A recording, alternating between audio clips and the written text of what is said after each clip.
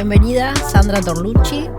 Gracias por visitarnos en Tandil, coordinadora de la RUGE, rectora de la Universidad de las Artes. ¿Cuánto tiempo hace que estás transitando la vida académica o las universidades?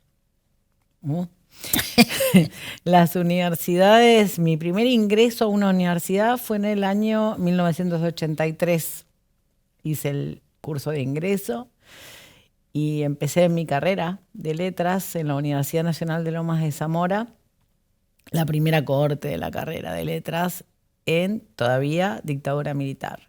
Así que en ese mismo año, armamos el centro de estudiantes y yo fui consejera estudiantil aún antes de poder votar en las elecciones de octubre, que eran las esperadas elecciones del retorno de la democracia. Así que bueno, enseguida empecé a tener actividad académica como estudiante.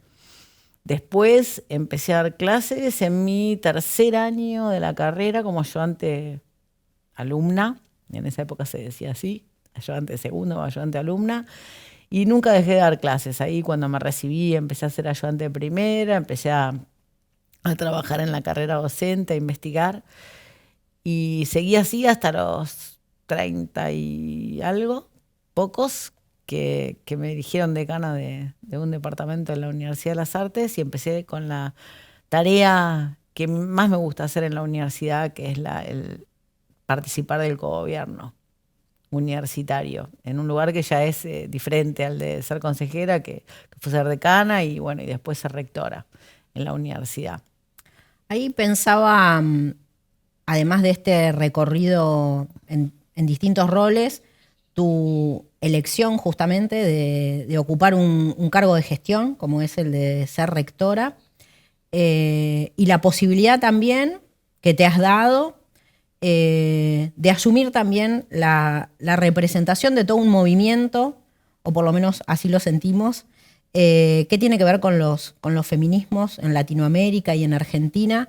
¿Cómo fue que llegaste a esos espacios, digamos, a esos horizontes feministas y a ese cruce entre los feminismos y la universidad, las tareas de investigación, de gestión, de extensión? Bueno, las artes en general y el teatro en particular, que es donde yo empecé a trabajar profesionalmente en la época en la que entré a la UNA, tienen mucha sensibilidad con respecto a los temas de género. Yo ya en mi carrera estudiantil había empezado a trabajar en la relación entre dramaturgia, digamos, entre la carrera en letras y el teatro, y ahí empezaba a aparecer la problemática de la enunciación en género, ¿no? El teatro y el género.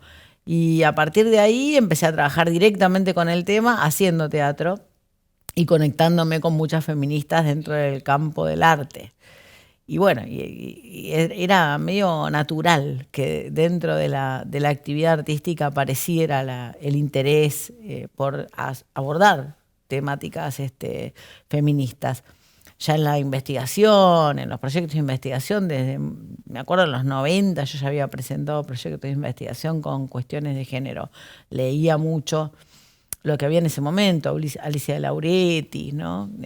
Braidotti, Alicia ya no era de Lauretis, no Alicia de Lauretis. Teresa. Teresa, Alicia ya no. Y bueno, por ejemplo, ese fue uno de los primeros libros que a mí me interesó en relación al arte, y yo hago semiótica además, así que hice mucha lectura de algunas autoras como Kristeva y otras más dentro de la semiótica. Y bueno, y empecé a abordarlo por ahí, por el lado de la práctica profesional y el lado de la investigación. Pero otra cosa fue ya directamente asumir los cargos de gobierno. La primera cuestión que enfrenté cuando fui electa decana fue una nota de 40 y pico de docentes diciendo que yo era una mujer de las materias teóricas y muy joven, como una oposición, digamos, a mi candidatura. Y bueno, y fue la primera vez que me enfrenté así como de pronto y de lleno con la dificultad, ¿no? de ser una mujer en la política universitaria. Fue inolvidable para mí ese momento.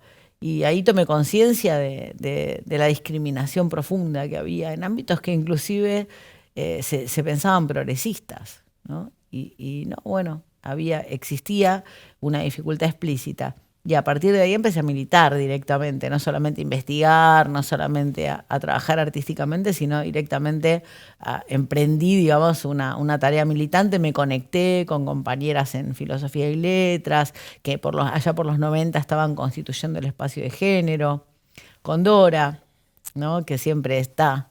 Siempre está. Es inevitable pensar en nuestra historia y no pensar en Dora inicialmente. O sea que esa carta, digamos, más que amedrentarte, te rebotó, digamos, de otro modo, te definiste o empezaste a diseñar, creo, una estrategia. Creo que muchas de quienes nos asumimos como feministas o asumimos muchas veces las perspectivas queer, disidentes, tenemos una convicción y una convicción que muchas veces nos lleva a desconocer un poco estas resistencias. ¿Cómo ves desde esos años 90 hasta ahora el gran recorrido? Digo gran recorrido en términos temporales, pero bueno, también en términos de cambios en algunos de los decires y de los pensamientos y de los paradigmas adentro del ambiente universitario. No, yo veo grandes cambios en estos años, ¿no? O sea, de los 90 ahora hay una cantidad y una calidad de cambios en relación a la cuestión de género inmensos. Bueno, en principio a nadie se le ocurriría decir eso que a mí me escribieron, ¿no? En esa carta. Obviamente hay todavía gente que lo piensa, ¿no? Hay personas que piensan que alguien por ser mujer es más complicada, que habla más, que no se calla cuando hay que callarse, ¿no? Que se puede correr peligro político por alguna cuestión que tiene que ver con la feminidad. Todavía esos estereotipos corren, pero cada vez es más difícil decirlo, mucho más difícil escribirlo y digamos que en algunos casos incluso empieza a verse bien elegir a mujeres en los cargos de conducción de los gobiernos universitarios, en los consejos directivos, en los consejos superiores. Y volviendo un poco a esto que vos también decís, que a veces se piensa que es más difícil elegir a mujeres o va a ser más difícil dialogar con, evidentemente hoy tenemos más rectoras y vicerrectoras que hace unos años. ¿Cómo trabajás voy a decirlo en términos binarios, cómo trabajás con varones y con mujeres? ¿Te sentís bien trabajando con compañeras y colegas mujeres también? Sí, muy bien. Yo en realidad trabajo siempre muy bien con las compañeras. También trabajo bien con los compañeros. Me dan más trabajo, digamos, pero trabajo bien. Muchas veces hay que vencer primeros prejuicios y resistencias. Y bueno, y una vez vencidos los prejuicios, aparece la confianza y aparece, digamos, el trabajo codo a codo. Pero con las rectoras, las vicerrectoras y en general con todas las compañeras que trabajamos, consejeras, secretarias, etcétera, en las universidades, se da más fluida, más rápida la relación de pares. En realidad hay una relación de paridad que solamente entre nosotras reconocemos y con las disidencias muchas veces, pero que con los varones cuesta más trabajo establecer esa vinculación. Y esto está tan naturalizado que a veces algunas de nosotras no nos damos cuenta. O sea, nos damos cuenta solamente cuando aparece el rechazo, cuando aparece el límite innecesario, cuando aparece el estereotipo, ¿no? Pero si no, es a veces difícil de registrar. Es más fluida la relación entre colegas feministas, todavía más. Sí, no solamente mujeres, más es entre feministas.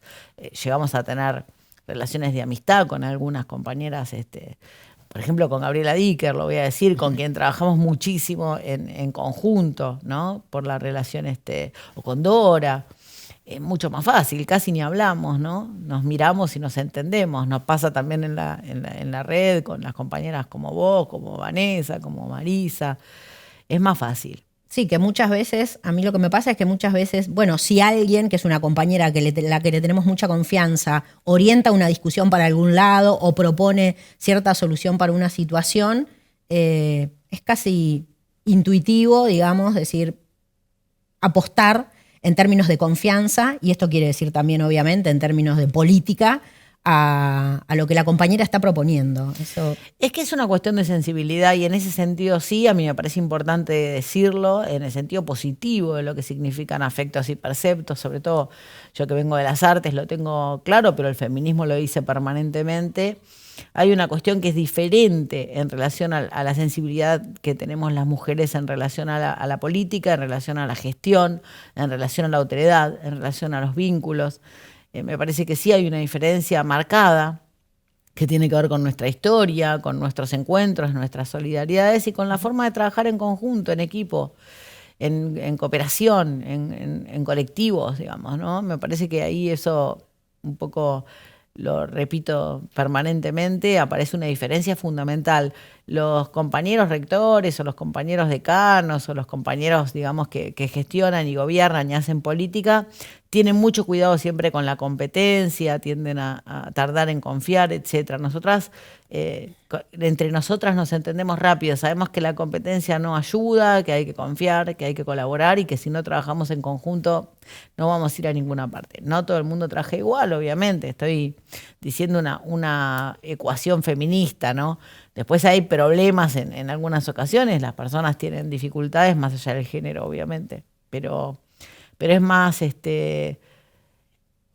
fácil encontrar sensibilidad en las femineidades. Es más fácil, una sensibilidad conducente, una sensibilidad que quiere mejorar la cuestión común, la cuestión vincular, la cuestión de gestión, etc. Hay un empeño diferente.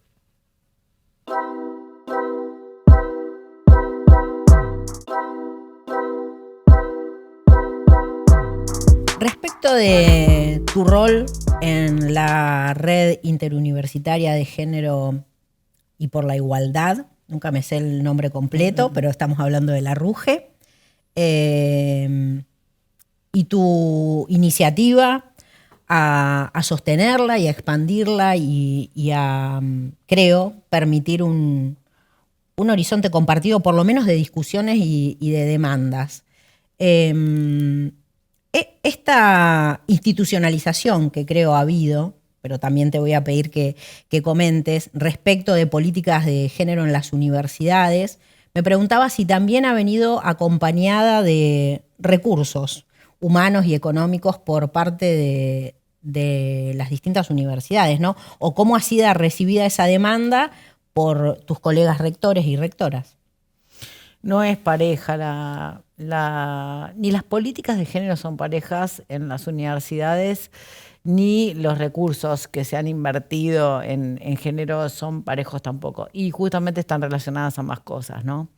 Cuando hay una demanda de la universidad, de la población universitaria, estudiantil, bueno, de cualquiera de los claustros, respecto a atender cuestiones de género, la universidad se ve convocada, se siente convocada y empieza a establecer algunas políticas de género. Esto es para hablar de las universidades, de cada una de las universidades que son distintas, que tienen diferentes realidades, regiones, etcétera. Sin embargo, la cuestión de la RUGE igualó bastante, por lo menos puso en agenda las mismas cuestiones para todas las universidades. Entonces, empezamos a pensar en la red prioridades, por ejemplo, ¿no? Bueno, ¿cuál es la primera de las situaciones emergentes? Bueno, la atención de las violencias. Nosotras teníamos claro que la atención de la violencia era urgente, no es la más importante de las cuestiones, pero sí era una urgencia, y empezamos a desarrollar una política de instalar protocolos en cada una de las universidades públicas, nacionales y provinciales. Y bueno, empezamos a buscar programas del ministerio para que ofrecieran recursos para generar esos espacios, porque también había muchas veces la situación de que las universidades no tenían todas los mismos recursos, no solamente que no deciden, a veces no los tienen. Entonces buscar programas de calidad universitaria, buscar programas de apoyo del SINC para poder financiar la elaboración, el fortalecimiento de protocolos para atender situaciones de violencia. Luego, la segunda política que instala RUGE es la capacitación. La ley Micaela vino justo a sancionarse en el momento en el que la RUGE se empezaba a proponer la capacitación, así que directamente tomamos la ley Micaela, propusimos al SINC que adhiriera, porque las universidades no estábamos involucradas en la ley, el SIN adhiere y todas las universidades adhirieron inmediatamente. Entonces, en ese sentido, la RUGE iguala, digamos, ¿no? Y los recursos aparecieron muchas veces a través de Spotlight, del ministerio, de afuera de cada una de las universidades. Pero a partir de instalar las capacitaciones, las universidades empezaron a sentir la demanda, a que las poblaciones estudiantiles, docentes, no docentes, graduados, graduadas, empezaron a pedirla. Entonces hay una cuestión que es inherente a la propia dinámica del cogobierno.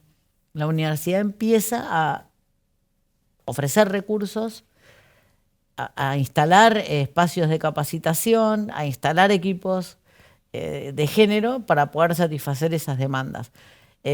Básicamente no es pareja la situación en las universidades, pero sí es en los puntos más álgidos empieza a haber una necesidad de poner recursos y empiezan las universidades a gestar equipos de referentes, a gestar consejerías o algún tipo de programa para que se puedan establecer las políticas. Todavía hay una diferencia muy grande y hay algunas universidades que no tienen muchos recursos o que no ponen muchos recursos, y ahí está la autonomía que siempre marca las diferencias. Hay decisión política de las universidades y decisión política del ministerio en relación a los programas de calidad. No hay calidad universitaria sin igualdad. Esto es claro. Y la igualdad no es solamente de clase, de género y es de raza. Entonces, básicamente, interseccionalidad, sabemos cómo trabajarla, tenemos que pedir, la calidad tiene que ser interseccional. Entonces, esto es la RUGE puede empezar a trabajar con estas consignas, con esta visibilización de la cuestión de la igualdad y empezar a procurar que haya más recursos. Por ejemplo, esto que hablábamos de los cargos, hoy a la mañana, digamos, en la charla de los cargos que vamos a proponer que se inviertan en las universidades, que son 60 cargos. ¿No? Que es un esfuerzo, por más que sea uno por universidad, son 60 cargos para cubrir el cupo de travesti trans en las universidades públicas. Es importante porque va a generar ahí un cambio en el horizonte. Sí, pensaba recién, hemos leído algunas colegas, sobre todo más provenientes de las epistemologías feministas, que hablan de cómo las feministas entramos a las universidades y hablan de la yegua de Troya, ¿no? Y a mí me parece que los protocolos y también la ley Micaela funcionan como una suerte ahí de yegua de Troya, de, bueno, parece que solo esto, no sé, los 4 ejes de ley Micaela, y sin embargo el impacto y la afectación que también tienen, porque no dudo que cada uno de quienes, o cada una o cada une de quienes participan en esas capacitaciones, por ejemplo, o que tienen que ir a consultar, che, esta situación se puede abordar con el protocolo, es en sí misma, quiera o no quiera, esa persona una replicadora, cuanto menos de esas preocupaciones o de terminología que por primera vez le puso nombre a una situación de violencia. Eso vos lo ves también cuando haces los análisis de las políticas que se han ido implementando con la RUGE, ¿no? Sí, se lo veo yo y lo ve el equipo, la comisión ejecutiva, se ve en las estadísticas, ¿no? Se ve justamente en la presencia de todas las personas que se acercan a cada capacitación de manera voluntaria y de manera obligatoria. La universidad era muy difícil obligar a alguien a participar de un curso, de una capacitación, y sin embargo, con diferentes métodos, cada universidad encontró su manera de hacer ley Micaela obligatoria y de que todo el mundo participe de las actividades, con más resistencias, con menos resistencias. Prácticamente todas las universidades hoy están capacitando. Y la diferencia es muy grande, porque así como hay extremos, ¿no? Así como hay personas que van gustosas a hacer la capacitación y hay personas que van con mucho disgusto y que incluso se van, en la mitad encuentran una excusa o se enojan o lo que fuera y se van. En el medio hay una gran cantidad de personas que descubren incluso en sí mismas situaciones de violencia, que registran a partir de esas capacitaciones que también han sido víctimas de violencia. Mujeres y varones. diversidades, digamos, personas que son víctimas del patriarcado y que lo reconocen en la capacitación, ¿no? Que se dan cuenta, que descubren que empieza ahí un camino de construcción, como dicen les pibes, que es muy importante y que para mí tiene mucho que ver con esto que vos decías, ¿no? Con que las capacitaciones o los protocolos o las consejerías son espacios donde hay un trabajo tan fuerte, un trabajo crítico, digamos, tan fuerte que las personas de alguna manera aceptan y también de algún modo replican esa misma deconstrucción en sus estudiantes, en sus compañeros, en sus colegas. Además de las capacitaciones y los protocolos, que como vos decías fueron como lo urgente o lo que se definió como, bueno, empecemos por acá, y que para mí creo que eso es muy claro y nos ayuda mucho a quienes estamos en distintas universidades a lo largo del país, saber, bueno, ¿qué vamos a hacer este año, no? Bueno, vayamos por el protocolo, bueno, vayamos por las consejerías, vayamos por las revisiones de los protocolos. ¿Qué sabés, digamos, de las revisiones de los protocolos? ¿Qué es lo que ha quedado como evidentemente, bueno, este protocolo nos queda corto, digamos? ¿Qué cosas han llevado a las críticas hacia los protocolos? Para mí fue estratégico que la RUGE estableciera la necesidad de generar clínicas de casos y de ver cómo funcionaban los protocolos. Y ahí en esas clínicas, todavía hoy, en las que se van haciendo, como la que vamos a hacer acá, aparecen cuestiones que sirven para el diagnóstico y para la evaluación y la transformación de los protocolos. Primero, cuando aparecen los protocolos, la idea era el punitivismo, bueno, la sanción, la persona que era denunciada rápidamente buscaba la forma de defenderse, la persona que denunciaba buscaba la forma de sancionar a la persona denunciada y se generaba una situación de conflictividad que a veces no tenía solución en la burocracia, digamos, universitaria. Hoy los protocolos piensan de otra manera el caso, trabajan con diferenciación clara de las diferentes formas de violencia que aparecen en la universidad. Si es un micromachismo, se trata de no llevarlo a una sanción, a una penalización a la persona que está denunciada, si es que realmente ocurrió la situación. Se trabaja con un intento de capacitación, de reconducir a esa persona primero a no repetir ninguna de esas acciones y tomar conciencia de que llevó adelante una acción negativa contra otra persona. Bueno, eso me parece que es un cambio fundamental y es un fortalecimiento que se trabajó mucho. El no punitivismo, digamos, en cuanto al tratamiento de los casos. Y en los casos en los que verdaderamente es necesaria la sanción, porque hay violencia física, porque hay violencia psicológica, porque hay violencia deontológica muchas veces en docentes o en autoridades, es necesario llevar adelante una acción, una sanción y un sumario que tenga perspectiva de género. Entonces aparece la revisión también respecto del vínculo entre el equipo de referentes y las áreas legales de las universidades, ¿no? Que es un trabajo más duro, que tiene que ver ya con la superestructura universitaria. Y bueno, me parece que en esos dos puntos, por ejemplo, se ha fortalecido el análisis de los protocolos a través de RUGE y este diagnóstico y propiedades que tiene cada universidad que son diferentes, pero buscar puntos en común. Y después, por otro lado, hay otros trabajos. La revisión de toda la legislación o normativa universitaria, desde la revisión del concepto de autonomía, también a los estatutos, los reglamentos de concursos, el reglamento de becas, reglamentos de utilización del espacio, regímenes de convivencia. Bueno, todo eso tiene que ver con proyectos, con agenda RUGE. La revisión de las medidas de cuidado que pueden tomar las universidades con todos los claustros, ¿no? Espacios que tengan que ver con el cuidado, la inclusión, o justamente el llamado de atención sobre los espacios comunes, ¿no? Cómo compartir con diversidades, por ejemplo, los espacios comunes, el cupo, como decíamos antes, y otras medidas que son en algunas universidades por el territorio más necesarias primero y en otras después, digamos, ¿no? Porque eso ahí como la territorialidad es muy importante, el pensamiento situado es muy importante para el feminismo y hay que identificar cuál es la necesidad entonces de cada universidad o de cada CEPRES, ¿no? De cada región. Una agenda muy pensada, muy reflexiva y me parece muy comprometida, no solo con con la universidad como territorio, sino también justamente a través de lo situado que traías recién, con lo que va necesitando y con el ejercicio también que hemos logrado como universidades de estar insertas realmente en las comunidades y en los territorios, ¿no?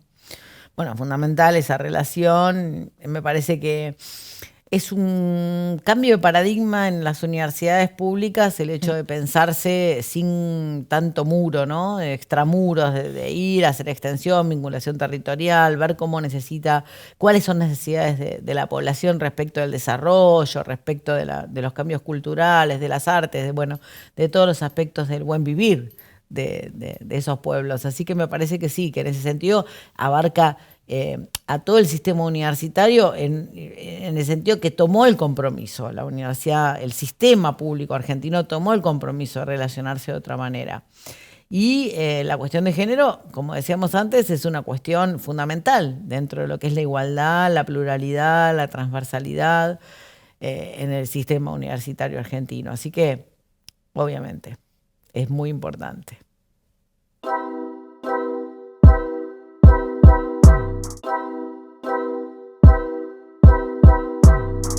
Sandra, hablamos de tu experiencia en términos personales y como ya sabemos que lo personal es político, hablamos de todo lo que hemos logrado en términos de red universitaria de género, de cómo hay una necesidad de pensar estratégicamente los temas para poner en agenda en las universidades y en todo el territorio nacional a través de las universidades.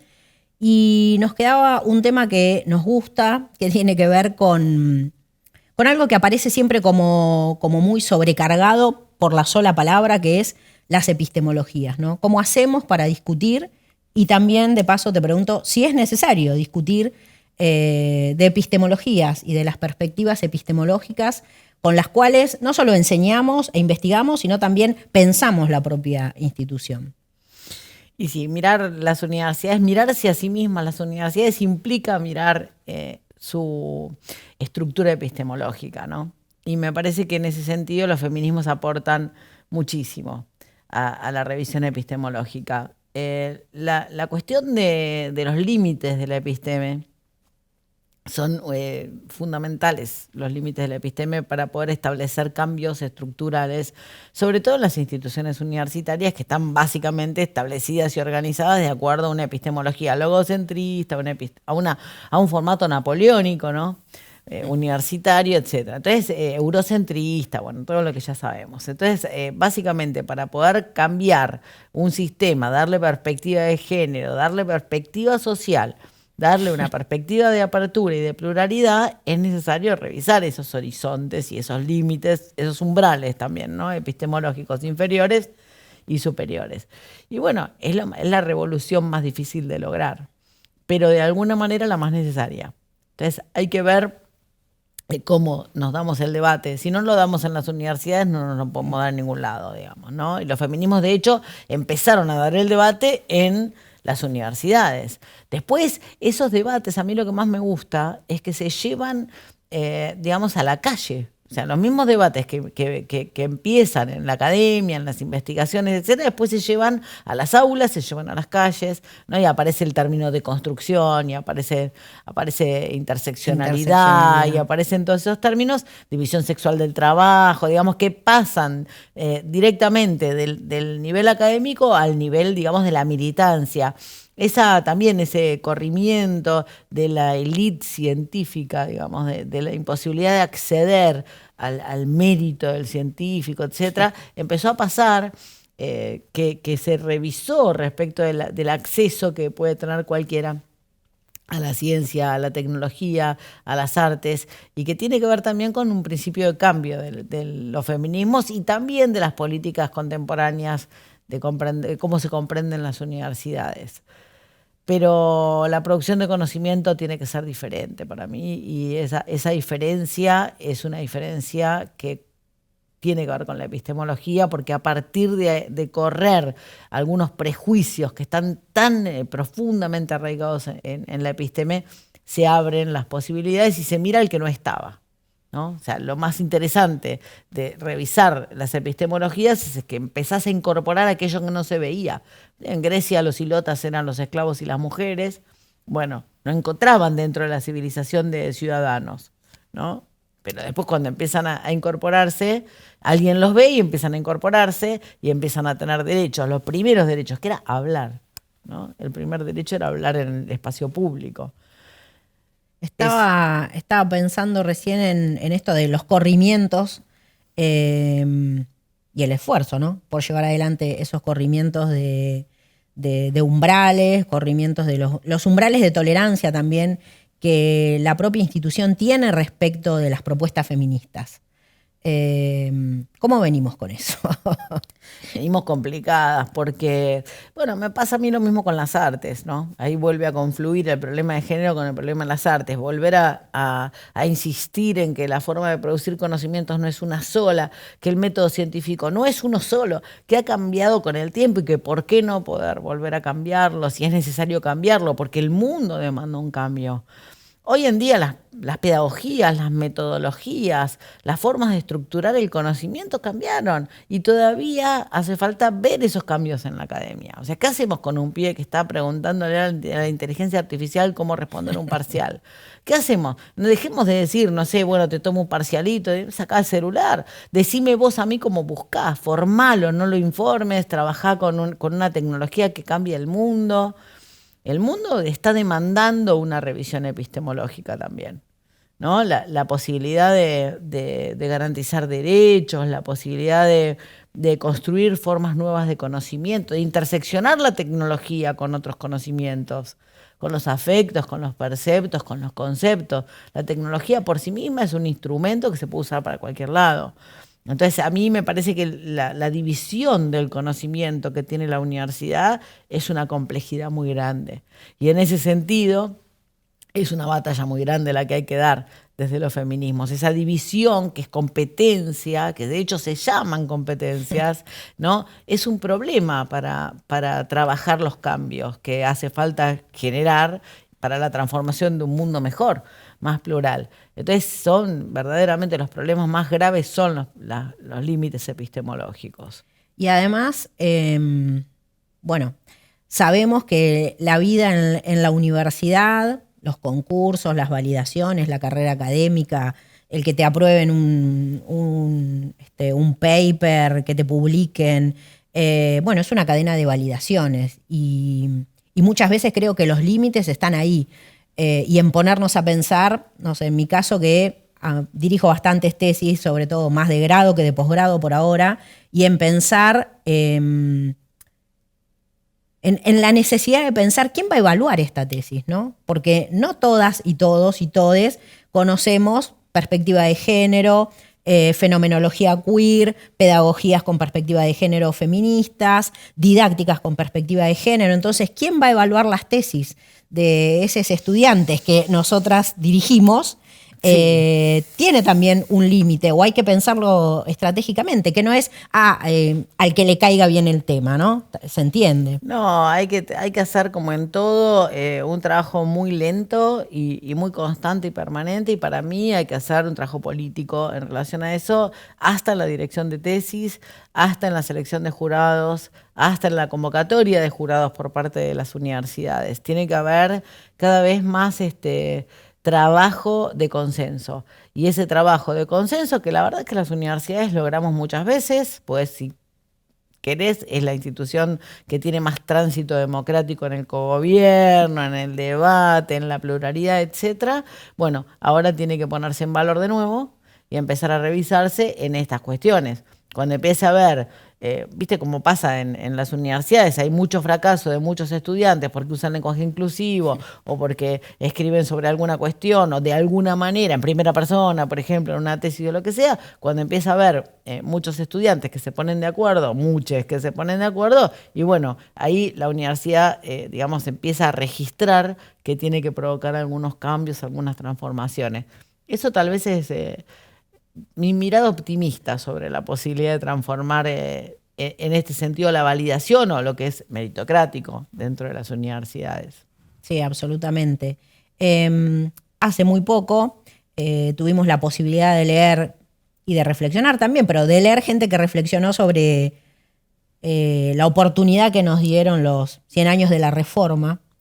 Y bueno, una de las cuestiones más evidentes fue, empezamos a poder leer nuestro espacio de trabajo, nuestro espacio de estudio, que es la universidad, también como un territorio atravesado por prácticas heterosis sexuales, ¿no? Esas reflexiones, digamos, han recorrido un poco los espacios de gestión, sobre todo. Sí, es inevitable. A veces hay más resistencia, a veces menos, pero es inevitable que se recorran. Además hay palabras como la de Dora que ya son innegables, que no se pueden evitar. Y vos sabés que hemos trabajado bastante con la idea, a partir de Dora, obviamente, de la tercera reforma universitaria. Ya haber hablado de tercera reforma no es lo mismo que segunda reforma, que algunas personas hablan de segunda reforma, negando la reforma de la gratuidad, que para mí es una reforma gigantesca del sistema, que es única en el sentido de la masividad que se generó en Argentina del acceso, ¿no? Que todavía no es tanta, podría ser más, pero es mucha en relación al resto del mundo. Y bueno, y la tercera reforma es la reforma feminista. Y la reforma feminista ya hoy se puede decir con más tranquilidad. Antes, acordate, hace unos años nosotras, vos, yo, no podíamos hablar de que era necesario que hubiera una reforma feminista en la universidad, ¿no? Se hablaba de una integración, de trabajar con las dificultades sociales, económicas, de las poblaciones frágiles, pero no se hablaba de la necesidad de conformar una universidad con un carácter feminista para que sea igualitaria. Hoy nadie dice nada. No es que la quiera hacer todo el mundo, pero nadie dice, no, ¿por qué feminista? Sí, hay gente que lo dice, obviamente, pero siempre son sectores más reaccionarios. Pero dentro del ámbito académico es raro que alguien diga, no, porque feminista, ¿no? A lo sumo no se da una identidad feminista, un rector o una rectora, un decano, una decana, un docente, una docente, pero no te dicen por qué sos feminista, no te increpan como te increpaban hace unos años. Seguramente. Directamente, ser feminista era básicamente un disvalor dentro de la universidad, porque seguro que eras fanática, porque seguro que tenías un pensamiento acotado, porque seguro que discriminabas vos, ¿no? Y bueno, eso ya hoy no se puede pensar. Y si se piensa, no se puede decir. Que eso también es importante, es un paso, digamos. Sí, creo que lo podemos pensar también, todos estos avances y estas intenciones también creo que las podemos pensar como provocando condiciones de posibilidad de esta tercera reforma universitaria o reforma universitaria feminista tan necesaria. Muchísimas gracias, Sandra, por acompañarnos en Señales de Abra TV y seguiremos seguramente intercambiando intereses y propuestas. Gracias a vos y a Abra TV también por haberme recibido.